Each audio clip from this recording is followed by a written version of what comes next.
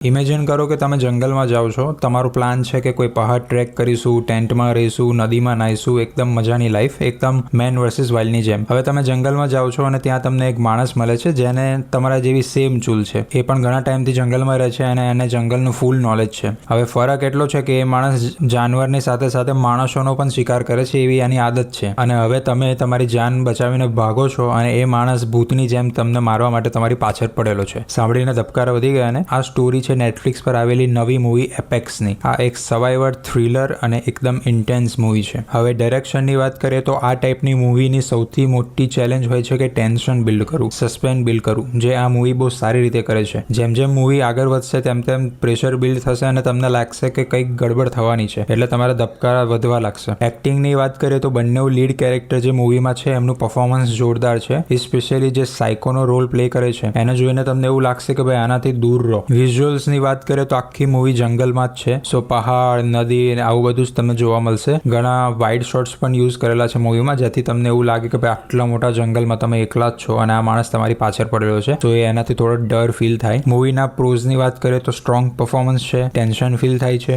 Engaging છે, તમને ક્યારે પણ બોરિંગ જેવું ફીલ નહીં થાય થ્રુ આઉટ ધ મૂવી. અને કોન્સની વાત કરીએ તો ફર્સ્ટ હાફ થોડો સ્લો છે અને સેકન્ડ હાફમાં સ્ટોરી થોડી અલગ ડાયરેક્શન પકડી લે છે, એટલે તમને એવું લાગશે કે આ શું થઈ રહ્યું છે, શું ચાલે છે એમ. અને એન્ડ પણ એટલો ઇમ્પેક્ટફુલ મને નહીં લાગ્યો. સો ફાઇનલ વર્ડિક્ટની વાત કરીએ તો આ મૂવીને હું 3.5 સ્ટાર આપીશ આઉટ ઓફ 5. આ એક વન ટાઈમ વોચ મૂવી છે અને જે લોકોને સસ્પેન્સ હોરર, સસ્પેન્સ થ્રિલર ટાઈપની મૂવી ગમે છે એ લોકોને તો 100% આ મૂવી એકવાર તો જોવી જ જોઈએ. સો દેટ્સ ઇટ ફોર ટુડે. અને હા, આવી જ મૂવીના રિવ્યૂઝ, રિકમેન્ડેશન વગેરે જાણવા માટે સિને દોસ્તને ફોલો કરી લેજો. ઓકે, ચાલો મળીએ.